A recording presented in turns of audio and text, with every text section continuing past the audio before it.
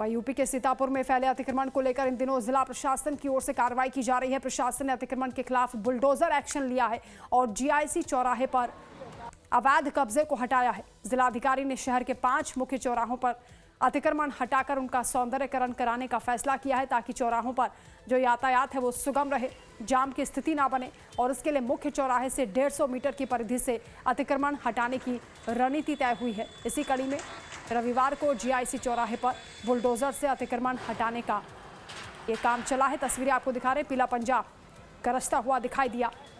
अतिक्रमण के खिलाफ ये कार्रवाई की जा रही है। सीतापुर की तस्वीरें हैं, जीआईसी चौराहे से अतिक्रमण हटाया गया है।